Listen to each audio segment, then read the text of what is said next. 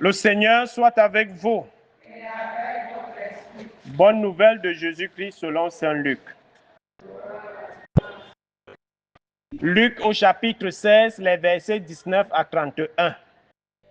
En ce temps-là, Jésus disait aux pharisiens, il y avait un homme riche, vêtu de pourpre et de lin fin, qui faisait chaque jour des festins somptueux. Devant son portail gisait un pauvre nommé Lazare, qui était couvert d'ulcères. Il aurait bien voulu se rassasier de ce qui tombait de la table du riche, mais les chiens, eux, venaient lécher ses ulcères. Or, le pauvre mourut, et les anges l'emportèrent auprès d'Abraham. Le riche mourut aussi, et l'on l'enterra. Au séjour des morts, il était en proie à la torture. Levant les yeux, il vit Abraham de loin et Lazare tout près de lui. Alors il cria, « Père Abraham, prends pitié de moi et envoie Lazare tremper le bout de son doigt dans l'eau pour me rafraîchir la langue, car je souffre terriblement dans cette fournaise. » Mon enfant, répondit Abraham, « Rappelle-toi, tu as reçu le bonheur pendant ta vie et Lazare le malheur pendant la sienne. Maintenant, lui, il trouve ici la consolation et toi la souffrance. Et en plus de tout cela, un grand abîme a été établi entre vous et nous pour que ceux qui voudraient passer vers vous ne le puissent pas. Et que de là-bas non plus, on ne traverse pas vers nous. » Le riche répliqua, « Eh bien, Père, je te prie d'envoyer Lazare dans la maison de mon père. En effet, j'ai 5 frères. Qu'il leur porte son secours, qu'il leur porte son témoignage, de peur qu'eux aussi ne viennent dans ce lieu de torture. » Abraham lui dit, « Ils ont Moïse et les prophètes, qu'ils les écoutent. » Non, Père Abraham, dit-il, mais si quelqu'un de chez les morts vient les trouver, ils se convertiront. Abraham répondit, « S'ils n'écoutent pas Moïse ni les prophètes, quelqu'un pourra bien ressusciter d'entre les morts, ils ne seront pas convaincus. » Acclamons cette parole de Dieu.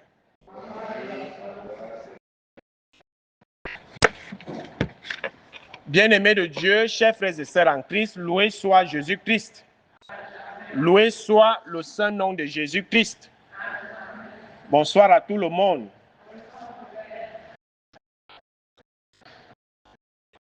Dans le livre du prophète Jérémie, le Seigneur nous parle. Il nous dit, « Maudit soit l'homme qui met sa foi dans un mortel, qui s'appuie sur un être de chair, tandis que son cœur se détourne du Seigneur. Et béni soit l'homme qui met sa foi dans le Seigneur, dont le Seigneur est la confiance. » On voit il y a là un tableau où il y a ceux qui disent, moi et le Seigneur, c'est jusqu'à la gare. Et de l'autre côté, ceux qui disent que Dieu a tout créé, alors on peut se tourner vers autre chose. Mais le Seigneur dit, maudit soit celui-là qui met sa confiance dans l'homme, qui met sa confiance dans les choses créées, dans les créatures, sur la création. Parce que on écoute facilement la voix des charlatans, des marabouts, des vendeurs d'illusions, que de croire au Seigneur, que de croire en Dieu, que de faire confiance au Seigneur. Nos téléphones sont remplis de tous les marabouts des 10 régions et des sous-régions et des départements et des arrondissements. On a les numéros de tous ces praticiens. Et on suit à la lettre ce qu'ils nous demandent de faire. Mais nous n'avons pas confiance en Dieu. Nous ne croyons pas en Dieu. Est-ce que c'est alors normal?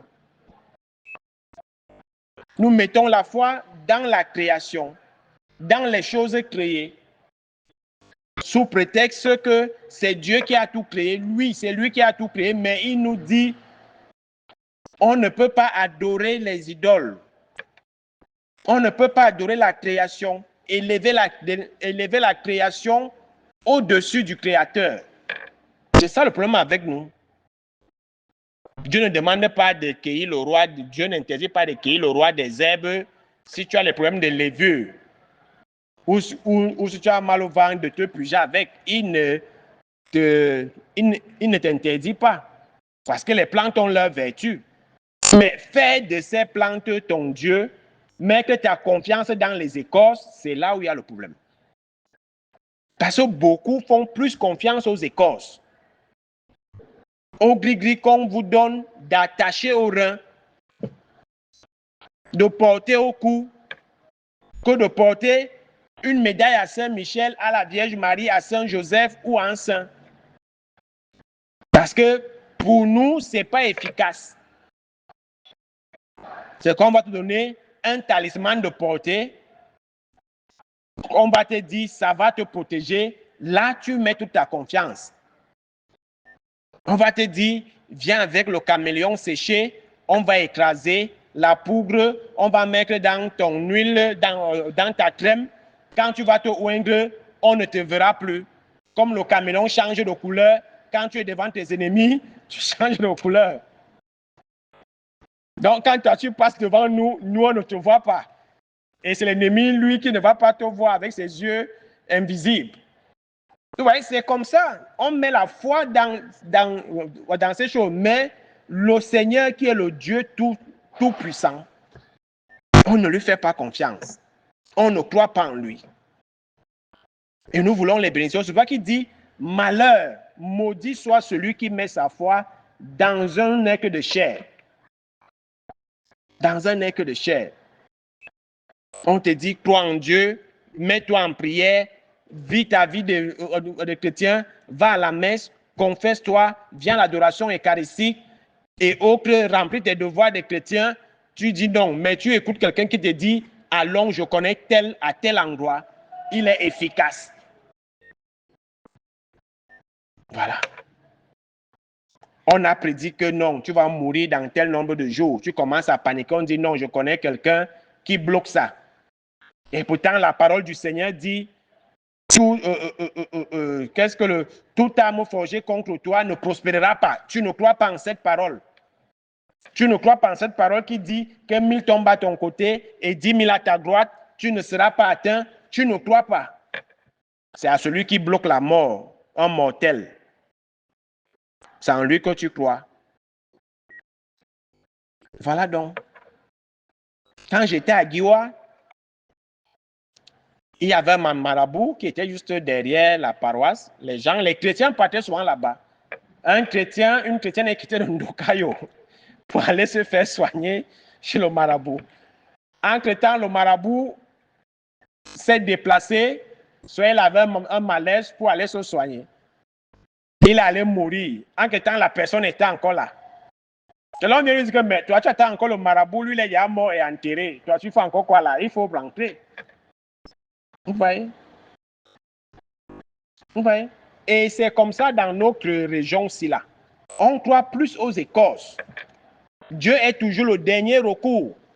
Quelqu'un a un problème, un palu ou je ne sais pas quoi, on commence à aller, non, c'est l'ongber, c'est le ceci. On commence à prendre l'argent, on donne des décoctions, ça tue le foie. Après, quand on arrive à l'hôpital, le foie, il y a détruit. L'hôpital vous chasse, c'est là où vous venez chercher le prêt. Pour faire encore quoi? Pour faire quoi? Trop tard. Et pourtant, c'était un truc que l'hôpital pouvait gérer. Mais comme tous les marabouts ici à l'Est, on ne croit pas en Dieu. Parce que le constat que moi j'ai fait, c'est qu'ici à l'Est, on ne croit pas véritablement en Dieu. On croit plus aux écorces, plus aux marabouts. Le Seigneur nous dit, maudits sommes-nous, nous qui mettons notre confiance dans un écu de chair. Pendant que ce temps, on se détourne du Seigneur. Mais béni soit l'homme qui fait confiance au Seigneur, qu'il pleuve, qu'il neige, il sait qu'il croit en Dieu. il croit sur la parole de Dieu qui dit « L'espérance ne trompe pas ». Cet homme sera comme un arbre qui est planté près d'un ruisseau. Qu'il y ait soleil, qu'il y ait quoi, il va toujours produire du fruit en son temps. Et à temps et à contre-temps. Quand nous atterrissons dans l'évangile, on nous parle du riche et de Lazare. Le riche, on n'a pas donné le nom, mais on a identifié le pauvre qui est Lazare. Mais on n'a pas identifié le riche. Le riche, c'est chacun de nous ici présents. Et qu'est-ce qui condamne le riche? C'est son indifférence. C'est son insensibilité à la souffrance. Comment quelqu'un peut être à ta porte? Tu fais tous les jours, même pas dire au serviteur, allez donner à manger à celui qui est devant ma porte. C'est ça qui tue le riche. C'est ça qui le condamne. Il avait tout. On nous dit dans le texte qu'il avait les fêtes tous les jours. Lazare était placé là au portail de sa barrière. Et il y avait cet écart-là qui les séparait. La barrière entre lui et Lazare.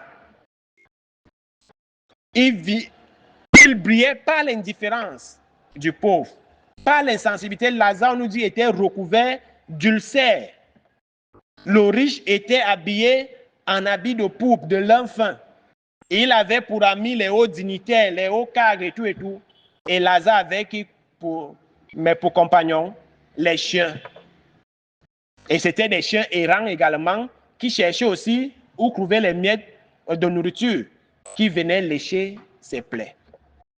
On nous dit, ils ont tous eu le même sort. Lazare est mort, il a été emporté par les anges. Le riche est mort, il a été enterré, l'oubli. Et maintenant, ils arrivent au ciel. Lazare est auprès d'Abraham et le riche est dans la tourmente des flammes de l'enfer. Il lève les yeux, il voit Lazare et Abraham. Il reconnaît quand même qu'Abraham est leur père, père Abraham. Mais si Abraham était ton père, Lazare lui aussi, qui était aussi un descendant d'Abraham, un fils d'Abraham, pourquoi tu ne l'as pas considéré de ton vivant comme ton frère? Mais pourquoi c'est quand tu souffres que tu reconnais que Abraham est ton père et que Lazare est aussi fils d'Abraham?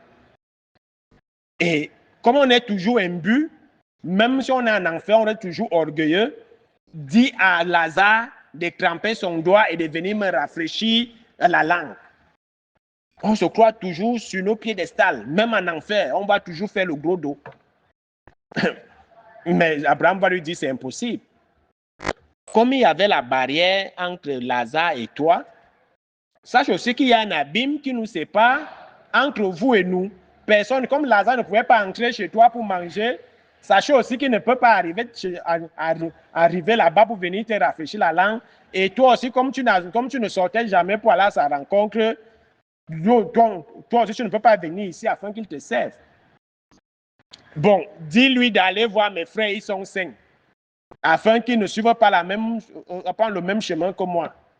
Mais ils ont les prophètes, ils ont Moïse, ils ont la loi. Qu'ils les écoutent. Et voilà ce que Jérémie nous dit. Plus on écoute les paroles d'hommes, plus on se détourne du Seigneur. C'est pour ça qu'Abraham dit ils ont Moïse qui représente la loi et les prophètes qui représentent la parole de Dieu. Écoutez-les. Non, si quelqu'un vient des morts et qu'il les parle, ils vont se convertir. Non, mais même si quelqu'un vient des morts, ils ne vont pas écouter. Et c'est ça notre endurcissement du cœur. On ne veut pas écouter la parole de Dieu. Parmi nous, nos morts nous parlent même souvent. Mais on se réveille, on dit que ce n'était qu'un rêve. Et vous voulez encore que Dieu nous parle comment? Mais quand on est sur le mauvais chemin, il y a nos morts qui viennent nous parler. On nous dit, là, ce n'est plus bon. Est-ce qu'on écoute?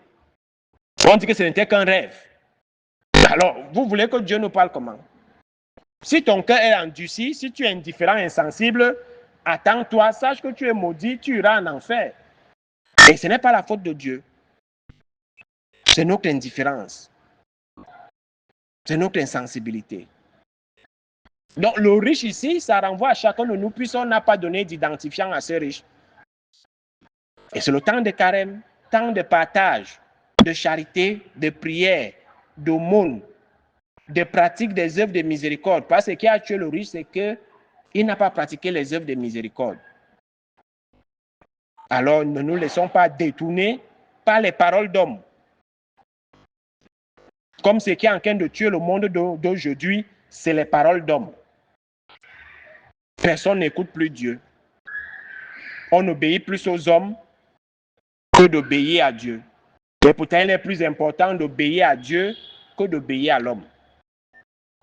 Que le Seigneur soit donc tout en tous, qu'il nous ramène sur le droit chemin, qu'il transforme nos cœurs de pierre en cœurs de chair, afin qu'on soit attentif aux souffrances des autres et qu'on leur porte du secours. Loué soit Jésus-Christ.